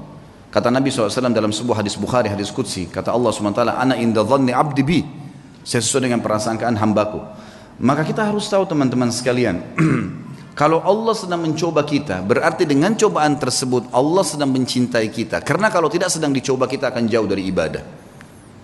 Orang kalau datang cobaan itu, sebenarnya dia makin dekat dengan Allah, dan umurnya makin pendek untuk menuju ke akhirat. Artinya makin pendek, tidak ada peluang untuk berbuat dosa lagi. Pendek dari sisi kemaksiatan, gitu kan? Dia tidak bisa berbuat dosa lagi karena tidak ada waktu. Antum kalau lagi sakit keras terus diajak ke diskotik, diajak pergi apa, diajak buat apa, nggak ada waktu. Orang yang buat dosa itu biasanya kalau banyak waktu, lihai-lihainya, lagi kosong, lagi nggak ada cobaan, lagi enak, mobil mewah, uang banyak, itu maksiat nanti. Allah dengan maha cintanya kepada hambanya, dengan kemahamurahannya mendatangkan cobaan supaya dia tetap begitu, biarin dia begitu, karena dia Allah tahu dengan begitu makin pendek umur untuk bermaksiat, tidak ada waktu bermaksiat, dan dia makin dekat dengan akhirat, dan itu pahalanya sudah cukup untuk memberikan derajatnya di surga sampai pada target. Seperti itulah. Maka nikmatin tuh cobaan, ya, jangan terlalu banyak mengeluh. Coba nikmatin. Nanti akan kita sebutkan kisahnya. Urwah rahimahullah, beliau pernah mendatangi seorang khalifah, adiknya lagi Hisham, namanya Al-Walid ibn Abdul Malik. Al-Walid ibn Abdul Malik ini teman dekatnya dia, gitu kan. Jadi khalifah setelah kakaknya meninggal, kemudian diundanglah Urwah bin Zubair ini rahimahullah dari Madinah datang ke Irak, di Damaskus waktu itu. Dia bawa anak laki-lakinya teman-teman sekalian. Anak laki-lakinya ini anak laki-laki yang sudah hafal Quran, umurnya sekitar 20 tahun, dibawa sama Urwah, dan ini mau dicetak jadi kadernya dia. Dan waktu itu kebetulan tidak ada anak laki-lakinya kecuali ini, 1 orang. Dia punya 4 orang anak, 3-nya perempuan. Dia banggakan anaknya, dibawalah sama dia. Ringkas cerita, begitu memasuk istanahnya Al-Walid rahimahumullah, kemudian anaknya berkata, ayah, saya ingin melihat kuda-kuda kerajaan, bisa nggak? Oh ya silahkan, kata ayahnya, saya akan bertemu dengan Amir Mu'minin, ngobrol, kamu silahkan lihat. Dia lihatlah, lagi ngobrol nih Urwah bin Zubair sama Khalifah Al-Walid, lagi asyik ngobrol, tiba-tiba datang berita. Seorang pengawal masuk ketakutan, tiba-tiba memotong pembicaraan Khalifah, dan ini adabnya pada saat itu, ada peraturan di kerajaan tidak boleh memotong pembicaraan Khalifah, kecuali penting sekali. Datang ketakutan, dan akhirnya dia mengatakan, saya harus memotong pembicaraan anda. Kata Al-Walid, kenapa kamu ini? Ada apa memotong pembicaraan saya? Sahabat saya baru datang terus tiba-tiba dipotong. Ada penting? Ada penyerangan musuh? Dia bilang, enggak Amir Mu'minin, ada penting tapi bukan penyerangan musuh. Anaknya Tuan Urwah mati tadi di kandang kuda, waktu dia lagi nonton kuda anda, kuda kerajaan, saking asyiknya sampai kami sudah menahan tapi dia tetap mau mendekat. Ada 1 ekor kuda mengangkat kakinya, menendang dadahnya, mati, sekarang tergeletak mati. Kami bingung mau ngapain nih. Anaknya tadi 1 orang laki-laki umur 20 tahun mati. Al-Walid kaget, ini yang tendang kudanya dia, mati di kerajaan dia. Tetap dia shock gitu kan, tidak enak. Tapi subhanallah dia balik ke arah Urwah, Urwah senyum. Lalu Urwah mengatakan, inna lillahi wa inna ilaihi raji'un, berikan jenazahnya biar saya yang urus.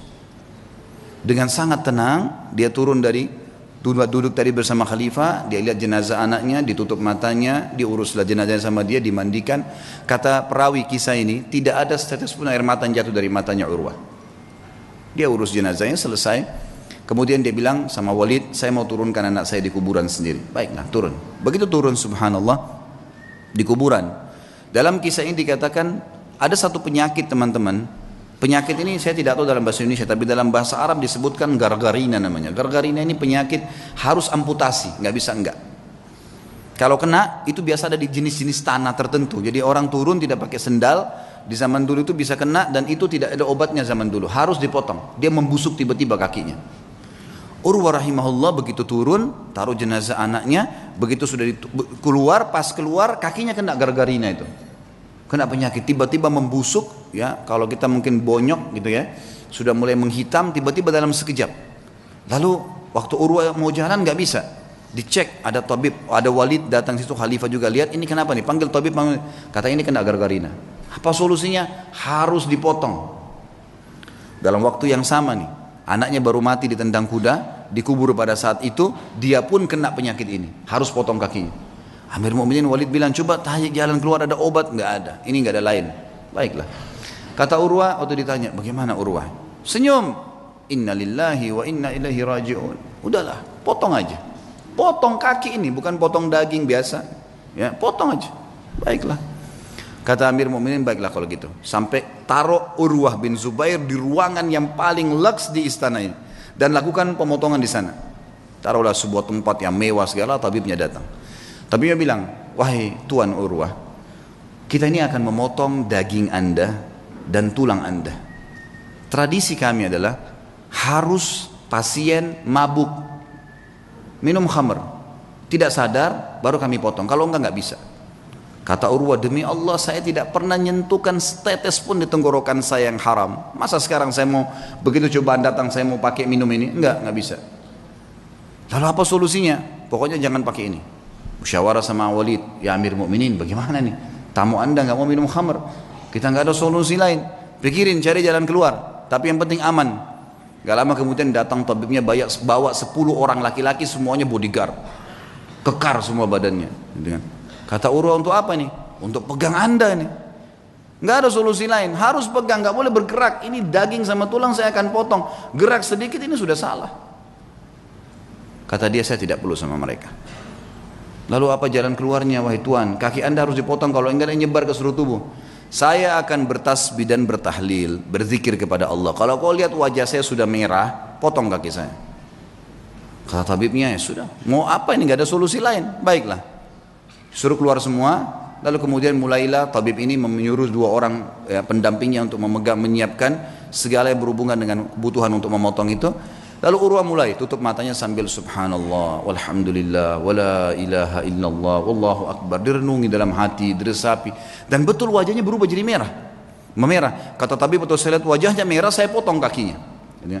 Saya potong kakinya. Terpotonglah kakinya. Begitu selesai terpotong, gitu kan? Kemudian ditahan darahnya, lalu saya mengatakan, Tuan Urwah, sambil Urwah berzikir, subhanallah, walhamdulillah, wala ilaha illallah, wallahu akbar. Tutup mata. Lalu ditepuk, wahai Tuan Urwah, kaki Anda sudah kami potong. Dia bilang alhamdulillah. Biasa. Kakinya terpotong nih. Alhamdulillah. Terus kata tabibnya, tapi belum. Darah masih ngucur. Kami butuh memberhentikan darah itu. Kata dia, berhentikanlah. Dia bilang, tidak ada jalan lain kecuali kaki Anda kami rendam di minyak panas. Nggak bisa. Harus minyak panas baru bisa.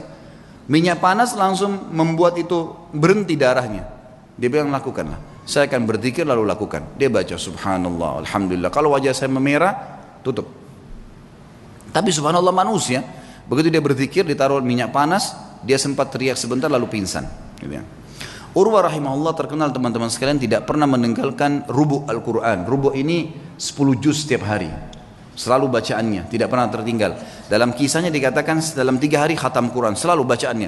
Dan tidak pernah ketinggal 10 hari. Dan satu-satunya hari yang dia tidak baca 10 juz itu hari itu saja. Dikatakan dalam kisah hidupnya. Dan maka dia punya julukan kalau nggak salah Khazinul Quran, sahabatnya Al-Quran gitu loh. Ringkas cerita teman-teman, setelah dipotong, pingsankan tadi, direndam dengan air panas, air minyak panas, dia pingsan.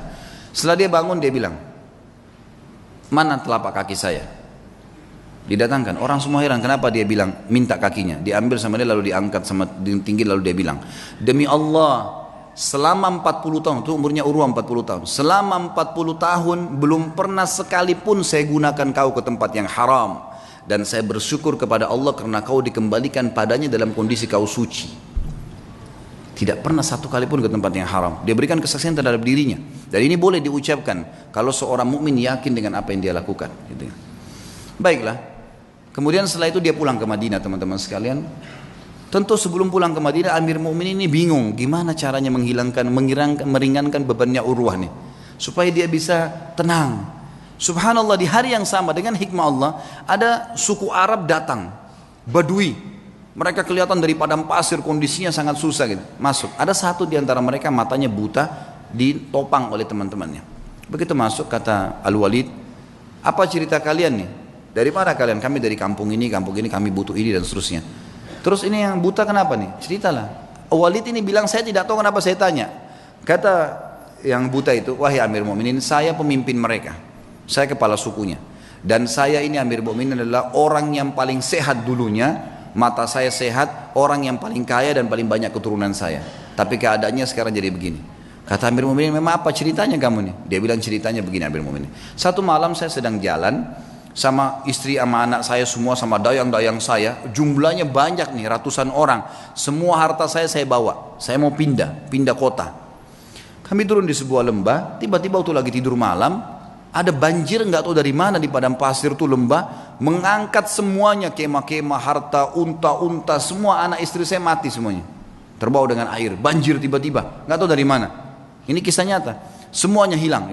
Dia bilang saya pun menyelamatkan diri saya dengan bergelantung di sebuah pohon yang masih ada di situ. Saya pegang. Pada saat saya lagi pegang pohon itu, saya melihat air sudah hilang, itu sudah mulai reda. Tinggal ada satu ekor unta yang terikat di tali tadi, dan ada anak saya tergantung dengan bantal tidurnya itu di sebuah ranting pohon gitu. Maka saya pun turun melihat anak saya masih hidup, saya pun coba selamatkan dia. Saya biarkan anak saya itu, kemudian saya kembali ke unta tadi ingin membuka talinya. Waktu saya ingin membuka talinya, saya dengar anak saya menangis. Saya balik, ternyata leher anak saya, kepalanya sudah di mulut serigala. Dia bilang saya balik mau kejar udah nggak bisa, anak saya sudah dibawa lari sama serigala itu. Maka saya coba mau selamatkan diri saya sendiri. Begitu saya balik ke arah unta ini mengangkat kakinya dan menendang ke mata saya sehingga saya buta. Maka dalam satu malam Amir Mukminin saya jadi orang yang buta, jadi sakit, anak istri saya hilang, harta saya semua habis. Kata Amir Mukminin Al-Walid, alhamdulillah yang telah mengutus kamu datang ke sini. Berikan semua apa yang dia mau orang ini, penuhi semua kebutuhannya dan bawa dia kepada Urwah, suruh ceritakan kisahnya. Diceritakan lagi kisahnya untuk meredam. Ya ternyata di atas Urwah masih ada yang lebih berat gitu. Urwah berterima kasih pada Walid, kemudian dia pulang ke Madinah. Waktu pulang ke Madinah, orang-orang semua pada datang nih. Sabarlah, beginilah, begitulah, dan seterusnya. Saya sebutkan dalam bahasa Arab ya. Kemudian pada saat orang banyak mengatakan kepadanya, sabarlah dan seterusnya, lalu dia mengatakan pada tamu-tamunya, la yakhluwannakum ma taraun. Jangan sampai kalian merasa sedih dengan apa yang kalian lihat, atau kalian mungkin menganggap ini sesuatu yang berat. Faqad wahaballahu azza wa jalli arba'a minal banin. Sesungguhnya Allah mengaruniakan saya 4 anak. Fa akhadha wahidan, dia mengambil 1, wa abqali 3, dan masih memberikan saya 3. Falahul hamd, maka saya bersyukur dengan itu, dengan matinya anak saya. Wa a'tani 4 minal atraf, dan memberikan kepada saya 4, 2 tangan 2 kaki. Fa akhadha minhu wahidan, dan dia cuma ambil 1 saja. Wa abqali 3 falahul hamd, dia meninggalkan 3, saya bersyukur dengan itu. Kakinya dipotong bisa bersyukur, luar biasa ya. Fa wallahi, demi Allah, dia bilang, dia motivasi dirinya dan juga motivasi kepada orang yang dengar. Lau akhadallahu minni qalila, kalau seandainya Allah mengambil sedikit dari saya, faqad abqali katsira, dia telah meninggalkan buat saya hal yang banyak. Fa in ibtalani marrah, kalau dia coba saya dengan 1 kali, faqad ta'lama afani marrat, dan dia telah memaafkan saya dan menyelamatkan saya dalam banyak kejadian yang lain. Semua orang pun akhirnya berterima kasih pada Urwah, dan akhirnya mereka pergi. Dan beliau berkata kepada anak-anaknya pada saat itu untuk menjelaskan apa yang membuat dia kekar seperti itu. Ya baniya, wahai anak-anakku yang masih hidup, ada 3 orang, ada istrinya, semua keluarganya masih ada. Ta'allamul ilm, belajarlah ilmu agama yang benar. Wa'tuhu haqqah, dan lowongkan waktu untuk itu, kasih haknya. Jangan cuma anggap remeh kapan ada waktu taklim, enggak. Lowongkan waktu, harus setiap hari dengar ilmu. Innakum in takunu sighara qaumin, kalau seandainya hari ini kalian menjadi orang yang kecil, fa'asallahu an yaj'alakum bil ilmi kubara'al qaum, maka satu waktu pasti Allah jadikan kalian orang yang besar karena ilmu itu.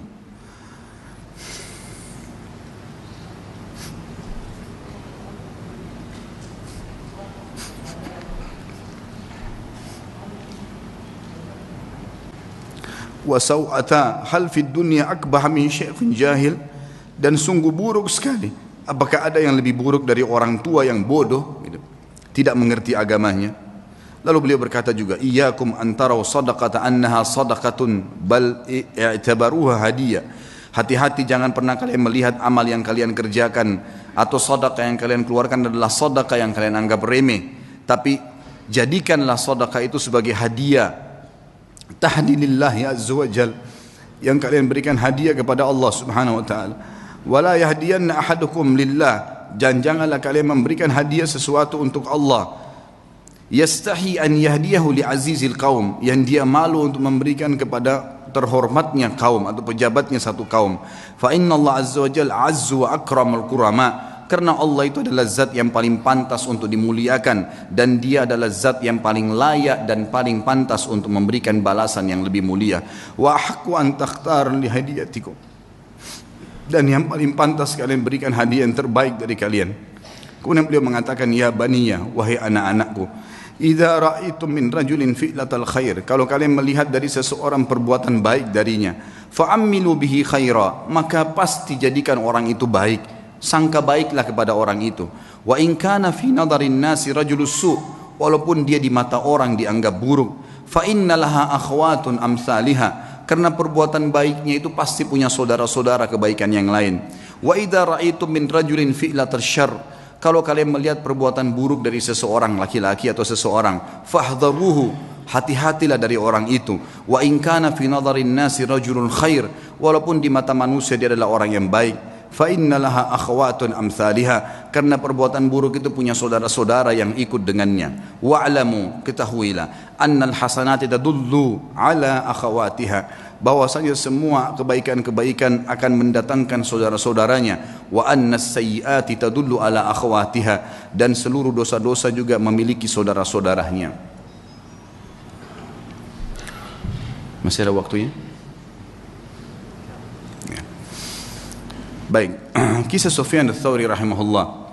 Sufyan ats-Tsauri punya julukan dengan Sajjad, orang yang sangat suka sujud sampai dahinya sangat hitam rahimahullah, dan dikatakan beliau kalau sujud tidak mengangkat kepalanya sampai hajatnya selesai dengan Allah. Satu waktu khalifah meminta dia untuk menjadi hakim, punya jabatan. Dan waktu itu hakim gajinya lebih tinggi daripada khalifah, punya istana yang mewah, punya kereta kencana dan seterusnya. Yang jelas teman-teman sekalian, ditawarkan dia menjadi hakim dan dia nolak, karena waktu itu dia seorang ulama. Sufyan ats-Tsauri seorang ulama Mekah yang terkenal, dan memang dia orang yang paling layak, paling faham tentang perkara-perkara masyarakat. Lalu dia nolak dengan santun, mengatakan saya tidak bisa dan saya khawatir saya akan dihisab oleh Allah hari kiamat kalau saya berhukum yang salah. Maka khalifah mengatakan kau harus menjadi. Karena dia nolak dan dipaksa, akhirnya dia pun melarikan diri dari Mekah. Dia jalan teman-teman sekalian. Sufyan ats-Tsauri rahimahullah jalan dengan menggunakan jubah menutup kepalanya dan meninggalkan Mekah. Sampai jalan menuju ke Yaman. Selama 3 bulan perjalanan kaki sampai di Yaman, kemudian dia tiba di sebuah kebun kurma. Kemudian dia menawarkan diri untuk menjadi pegawai di kebun kurma itu, dan orang tidak tahu siapa dia. Kemudian berkatalah pekebun kurma tersebut, saya akan berikan gaji kamu seperti orang-orang yang bekerja sama saya. Dia bilang baiklah, saya terima, yang penting saya ada tempat tinggal dan saya bisa ibadah. Berjalanlah 3 bulan, dia menurunkan kurma dari pohon, seorang alim ulama yang sangat dihormatin pada saat itu, sangat dihormatin. Kemudian dia pun rahimahullah, setelah 3 bulan ditanya oleh pemilik kebun tersebut, dia bilang, wahai Abdullah, dulunya ditanya dia, siapa nama kamu? Dia bilang, saya Abdullah. Dia tidak dusta. Dia bukan tujuan justru, dia mengatakan saya Abdullah, maksudnya saya adalah hamba Allah, gitu kan? Karena dalam bahasa Arab begitu, kalau dia sebut namanya dia ditangkap oleh khalifah. Dia tidak mengatakan nama saya, dia mengatakan saya adalah hamba Allah, gitu kan? Bahasa Arabnya ana Abdullah. Pokoknya pemilik kebun menangkap namanya Abdullah, dipanggil, wahai Abdullah kesinilah. Datanglah Sufyan rahimahullah, lalu ditanya, apa perbedaan antara kurma kami dengan kurma kalian? Maka kata Sufyan rahimahullah, saya tidak pernah tahu perbedaannya karena saya tidak pernah mencicipi sedikit pun dari kurma anda. Maka kata pemilik kebunnya, apakah kamu ini tinggal 3 bulan di kebun saya, turunkan kurma, sortir tiap hari, gak pernah kamu makan 1 butir pun? Dia bilang, demi Allah 1 butir pun tidak pernah, karena anda tidak pernah mempersilahkan saya. Maka kata pemilik kebun, teman-teman sekalian, dia bilang, apakah kau mau mencontohi muru'anya, ya, kehormatan ibadahnya Sufyan ats-Tsauri? Dia nggak tahu kalau ini orangnya. Maka yang terjadi teman-teman sekalian, dia pun diam si Sufyan ats-Tsauri, lalu kemudian dia sudah tahu akan terjadi apa-apa, lalu dia membungkus barang-barangnya, dia tinggalkan kebun tersebut. Ternyata pemilik kebun ini sudah mendengar berita kalau Amir Mukminin waktu itu menyuruh menangkap Sufyan ats-Tsauri secara paksa. Siapapun yang menangkapnya akan dikasih 1 peti emas. Disebarkan berita, tangkap Sufyan ats-Tsauri, hidup atau mati. Maka pada saat itu teman-teman sekalian, tentu ini kisahnya panjang, saya ringkaskan. Kemudian si pemilik kebun datang kepada temannya di sana lalu berkata, ada pegawai kebun saya unik, kenapa saya tanya dia perbedaan antara kurma Hijaz, Mekah dan Madinah, karena dia mengaku dari Hijaz, dia dengan Yaman dia tidak tahu. Dia bilang dia tidak pernah incipin 1 butir pun karena saya tidak pernah persilakan selama 3 bulan jadi pegawai. Maka temannya mengatakan, sebentar, ya, bagaimana cirinya pegawai itu? Disebutkan cirinya seperti ini. Kata dia, itulah Sufyan ats-Tsauri. Kita kejar dia, tangkap, kita berikan kepada Amir Mukminin, ambil 1 peti emasnya. Waktu mereka kembali ke kebun sudah tidak ditemukan. Jadi Sufyan ats-Tsauri sudah kembali ke Mekah. 3 bulan kemudian, jadi ini sudah dari 6 bulan dari masa pengejaran, dia pun 3 bulan lagi kembali ke Mekah. Waktu dia kembali disambut oleh masyarakat Mekah, dia ulamanya, gitu kan, muftinya Mekah pada saat itu, lalu disambut, mereka pun belajar. Lalu beberapa ulama lain menasihati, mengatakan, wahai Sufyan, Amir Mukminin sudah sangat marah, dia akan menghukummu. Dia bilang, saya lebih takut dengan raja yang sebenarnya, karena kalau saya salah berhukum maka akan jadi masalah, dan dia harus bisa mengerti, saya tidak bisa memaksakan diri, gitu kan. Harusnya dia bisa memaklumi, dan masih banyak orang-orang yang bisa dijadikan sebagai pengganti saya. Lalu waktu Amir Mukminin waktu itu tidak disebutkan, saya tidak dapatkan namanya, dikatakan mendengar Sufyan ats-Tsauri ada di Mekah, lalu dikejar sama dia. Dia bilang, saya akan membunuh sendiri Sufyan ats-Tsauri dengan tangan saya. Kata temannya yang meriwayatkan kisah ini, Sufyan ats-Tsauri itu mendengar berita tersebut pun, kemudian dia sujud sholat 2 rakaat di depan Ka'bah, kemudian dia sujud, dan demi Allah saya tawaf 7 kali, dia belum mengangkat kepalanya dari sujud di sujud yang pertama. Jadi sujud tidak pernah angkat. Saya tahu pertama dia masuk sujud pertama, yang kedua, yang ketiga, sampai 7 kali tawaf. Ini kurang lebih memakan waktu mungkin setengah jam lebih ya. Itu kalau cepat, kalau lambat mungkin bisa lama, lebih lama. 7 kali tawaf bisa sejam kalau lagi padat-padatnya. Maka dia sujud, dia bilang, saya duduk di sebelahnya dan saya tahu tuh sujud pertama, karena setelah dia masih angkat sujud yang kedua, kemudian dia berdiri rakaat kedua dan 2 sujud selanjutnya. Yang jelas teman-teman sekalian, selesai sholat saya melihat dia, kata perawi kisah ini, mendatangi Ka'bah lalu memegang kain Ka'bah sambil mengatakan, aqsamtu bika rabbi, saya bersumpah atas namamu hai Tuhanku, jangan biarkan khalifah ini untuk masuk ke Mekah. Maka yang terjadi adalah dikatakan dalam kisah ini, Amir Mukminin pun waktu khalifah itu waktu mendekati pintu gerbang Mekah, ya, sempat berkemah dan meninggal sebelum masuk ke dalam Mekah. Tapi yang jelas kisah yang kita ambil dari Sufyan ats-Tsauri adalah bagaimana beliau rahimahullah takutnya kepada Allah, mengalahkan takutnya kepada pemimpin manusia, dan dia meninggalkan jabatan yang tinggi karena takut dihisab hari kiamat. Kemudian yang terakhir teman-teman sekalian adalah kisah seorang sahabat yang masyhur namanya Rubai al-Amir rahimahullah. Ini saya tutup dengan kisah ini.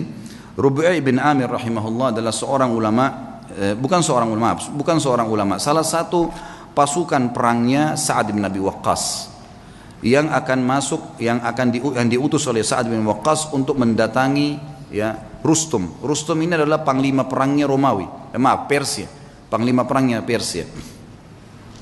Rubai al-Amir bin Amir rahimahullah ini terkenal sekali orangnya. Waktu dipanggil oleh Umar bin Khattab untuk berjihad, maka dia pun mengambil panci masaknya yang dia letakkan di kepalanya, karena tidak punya topi untuk berperang. Panci masak dipakai jadi topi, kemudian pisau dapur dibawa untuk berperang. Dia tidak punya pedang. Dia nunggangi keledainya yang tua, ikut di pasukan. Oleh Amir Mu'minin Umar bin Khattab disuruh jalan. Subhanallah, Sa'ad bin Abi Waqqas waktu itu diutus pasukan oleh Umar bin Khattab dengan 30.000 pasukan menghadapi 240.000 pasukan Persia. Dan Persia kaget. Waktu mereka pun tahu 240.000, mereka tidak mundur sedikit pun. Maka Rustum ini ahli perang. Dia bilang, saya mau tahu dulu bagaimana sih kekuatan 30.000 itu, kok berani benar? Gitu kan? Seperti apa sih kekuatan mereka? Dikirimlah surat kepada Sa'ad bin Waqqas negosiasi.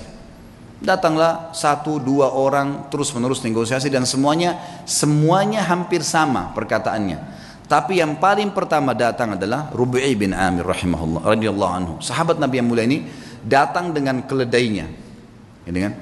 Dia bawa pisau dapur dan ada tombak yang dia pinjam dari temannya.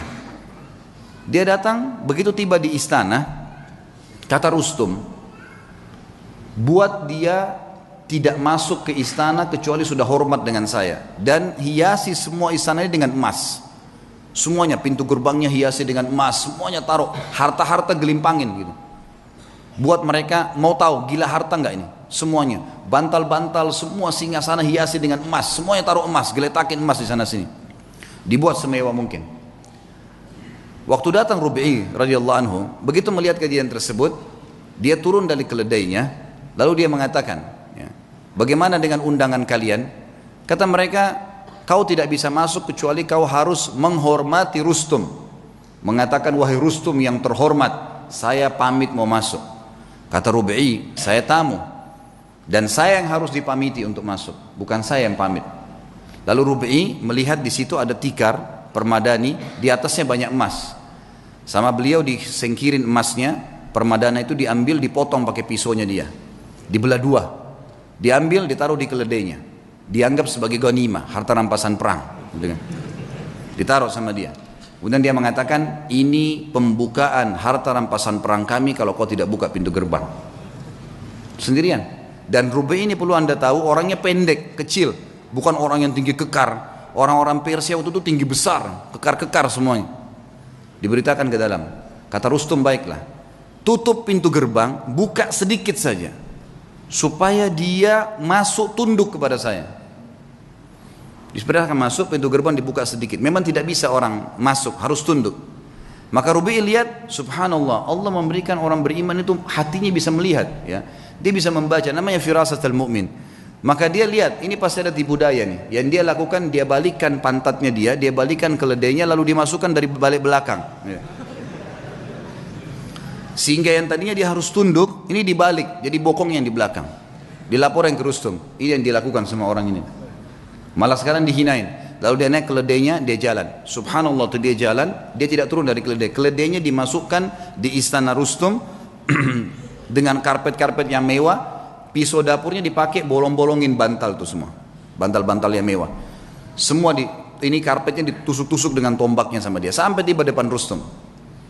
Panci di atas kepalanya, pisau di tangannya, tombak di tangan, pisau tangan kanan, ini tangan kiri, tombaknya. Kata Rustum, dipanggil penerjemah, tanya kepada mereka nih, mau apa sebenarnya datang ke sini? Terjemahkan, hai orang-orang Arab, kalian kan dulu di padang pasir, tidak punya apa-apa kecuali gembala kambing. Untuk apa kalian datang ke sini? Kalau kalian butuh harta, sebut saja, kami akan kasih pulang. Kalau kalian butuh gembalaan, kami kasih berapa bun unta dan kambing yang kalian mau. Kalau kalian ingin jabatan, kami akan jadikan, pilih siapa yang terbaik, kami akan jadikan sebagai pemimpin kalian dan kami akan kasih gaji. Lalu jawaban Rubi'i rahimahullah, ini orang kalau sudah mengenal Tuhannya, dia mengatakan, kami datang dari sana tidak butuh dengan harta yang sedang kau pamerkan ini. Dan kami datang mengeluarkan seluruh hamba termasuk kamu dan kami dari menyembah makhluk kepada menyembah pencipta sang makhluk. Itu saja. Kalau kau patuh, maka kau dengan kerajaanmu, kami akan pulang. Hukum Allah, berhenti menyembah, karena waktu itu raja mereka Kisra dianggap Tuhan. Berhenti menginjak Kisra. Kisra pun tetap dengan kerajaannya, kau tetap sebagai panglima perangnya, semua kau milikin, tidak ada yang hilang di sini. Cuma itu saja. Kemudian kami pulang. Lalu kata si Rustum, baiklah kalau gitu, izinkan kami berfikir, mungkin butuh waktu. Kata Rubi'i, berapa lama kalian butuh? Sehari, 2 hari? Kata Rustum, tidak, mungkin kami butuh 2 bulan, 3 bulan berfikir, musyawarah dulu. Kata Rubi'i, saya hanya kasih kalian waktu maksimal 3 hari. Karena pemimpin kami Nabi SAW mengizinkan musuh berpikir 3 hari maksimal. Tidak boleh lebih daripada itu. Kata Rustum, terjemahkan ke orang ini. Ini siapa? Pemimpin mereka. Kata Rub'i, terjemahkan, kau pemimpinnya. Dia bilang bukan. Saya pasukan yang paling di belakang. Gitu. Saya ini pasukan yang paling biasa, prajurit yang paling biasa. Kata Rustum, terjemahkan lagi. Kenapa kok kau bisa ambil keputusan begitu? Dia bilang, dijawab sama dia. Karena agama kami mengajarkan dari pemimpin muslim sampai masyarakat biasanya keputusannya satu.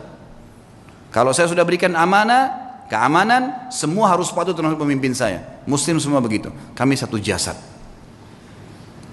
Kata Rustum, baiklah, izinkan pulang orang ini. Begitu diizinkan pulang, kata Rustum, tulis surat kepada Kisra. Ini yang sedang kita hadapin nih, semuanya 30.000 manusia yang kayak gini nih. Ini untuk dihadapin susah nih.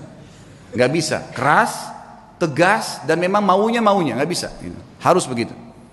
Tidak ada jalan lain, urusan tangan Anda. Berperang atau kita mengalah saja. Ini nggak bisa.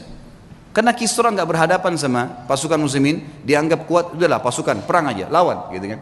Ini kasihan terjadi peperangan tentunya. Tapi yang kita ambil pelajaran bagaimana Rub'i radhiyallahu anhu, teman-teman. Orang kalau mengenal Allah, harta jadi kecil buat dia. Ya. Semua apapun yang Allah haramkan ditinggalkan, seindah apapun itu. Berapa banyak kisah tadi yang kita sebutkan, anak muda yang meninggalkan perzinahan dengan menaruh kotoran di bajunya, berapa banyak orang-orang soleh yang sudah kita sebutkan kisahnya. Yang jelas yang kita simpulkan teman-teman sekalian, berhubungan dengan Rabbul Alamin, sering komunikasi dengan dia sebagaimana dia sudah ajarkan kepada kita semua. Mau keluar rumah ada doanya, mau masuk rumah ada doanya, mau makan ada doanya, habis makan ada doanya. Doa itu apa? Komunikasi dengan Allah. Keluar rumah, bismillahi tawakkaltu ala Allah, dengan nama Allah saya bertawakal, menyerahkan diri kepadanya. Kata Nabi SAW, kata Allah SWT, wa may tawakkal Allah fahuwa hasbuh. Yang bertawakal pada Allah, Allah jadi pencukup baginya. Seorang syekh pernah menangkap di Riyadh seorang penyihir besar. Penyihir terbesar ini datang dari Afrika, ditangkap. Waktu ketangkap, dia tanya syekhnya, saya nonton cuplikannya, dia bilang, bagaimana anda bisa menangkap saya? Padahal saya menaruh ribuan jin di depan saya. Tidak pernah saya bisa ditembus nih, baru kali ini dia bilang, ada yang bisa tembus dari anda. Dia bilang, karena kamu bodoh dan kamu tidak mengerti. Kalau saya keluar dari rumah saya tadi, saya membaca apa yang diajarkan oleh Rasulullah SAW, Bismillahi tawakkaltu ala Allah. Saya bertawakal kepada Allah, dengan nama Allah saya tawakal kepada Allah, la haula wa la quwata illa billah. Tidak ada yang kekuatan kecuali milik Allah. Dan saya yakin dengan doa saya, dan kata Nabi SAW, siapapun yang membaca doa itu pada saat keluar rumah, semua syaitan yang menemuinya akan berkata, orang ini tidak bisa kita ganggu karena Allah sudah lindungin. Itu sebabnya saya bisa tembus kamu. Bukan cuma itu, saya akan laporkan kamu dan kepala kamu akan dipenggal karena kamu seorang penyihir. Ditangkaplah penyihir tersebut teman-teman sekalian. Hubungan dengan zat sang pencipta yang maha kaya, menciptakan semuanya, itu adalah hubungan yang paling baik. Maka jalinlah hubungan yang baik dengan Allah, maka Allah akan baikkan semua. Sebagai penutup kata-kata saya, kata Nabi SAW, siapapun yang berbuat perbuatan yang Allah ridha, Allah cintai perbuatan tersebut, Allah akan buat semua makhluk mencintainya. Dan kalau seseorang berbuat perbuatan yang buruk yang Allah benci, maka Allah akan buat semua makhluk akan membencinya. Kata kuncinya kembali kepada Allah Subhanahu wa taala. Allahu a'lam. Mudah-mudahan bermanfaat dan semoga Allah menjaga kita menjadi hamba-hambanya yang saleh, hamba-hambanya yang mengisi sisa umur ini dengan ketaatan dan kepatuhan kepadanya. Dan semoga Allah selalu mengikhlaskan niat kita, menambah ilmu kita, dan juga menyatukan kita semua di surga Firdausnya tanpa hisab dengan izinnya. Kita berdoa kepada Allah SWT, semoga seluruh muslimin yang sedang sakit disembuhkan penyakitnya, semua yang utang dilunasi utangnya, yang belum dapat hidayah dimudahkan mendapatkan hidayah, yang sudah dapat hidayah dimudahkan untuk mengamalkan, seluruh muslimin yang pernah berbuat dosa dimaafkan oleh Allah, diganti dengan pahala, juga seluruh orang tua kaum muslimin dan muslimin muslimat yang masih dan juga sudah yang meninggal. Kita berdoa dengan kemahakuasaan Allah dan kemahaperkasaannya agar menolong saudara kita di Palestina, di Syria, di Yaman, di Irak, di Myanmar, dimanapun mereka berada, semoga Allah kokohkan telapak kaki mereka, ikhlaskan niat mereka, terima para syuhada mereka, dan juga Allah muliakan Islam di tangan mereka dan tangan kita semua, dan semoga Allah memberikan kepada kita mempartisipasikan kita bersama mereka di pahala, baik dengan doa dan hatta juga dengan jiwa kita. Dan sebagai penutup, semoga Allah dengan kemahamurahannya sekali lagi menyatukan kita di surga Firdausnya tanpa hisab, sebagaimana ia satukan kita di majlis ilmu yang mulia ini. Kalau ada benar dari Allah, tentunya kalau ada salah dari saya mohon dimaafkan. Subhanakallahumma wa bihamdika asyhadu an la ilaha illallah astaghfirullah wa atubu ilaih. Assalamualaikum warahmatullahi wabarakatuh.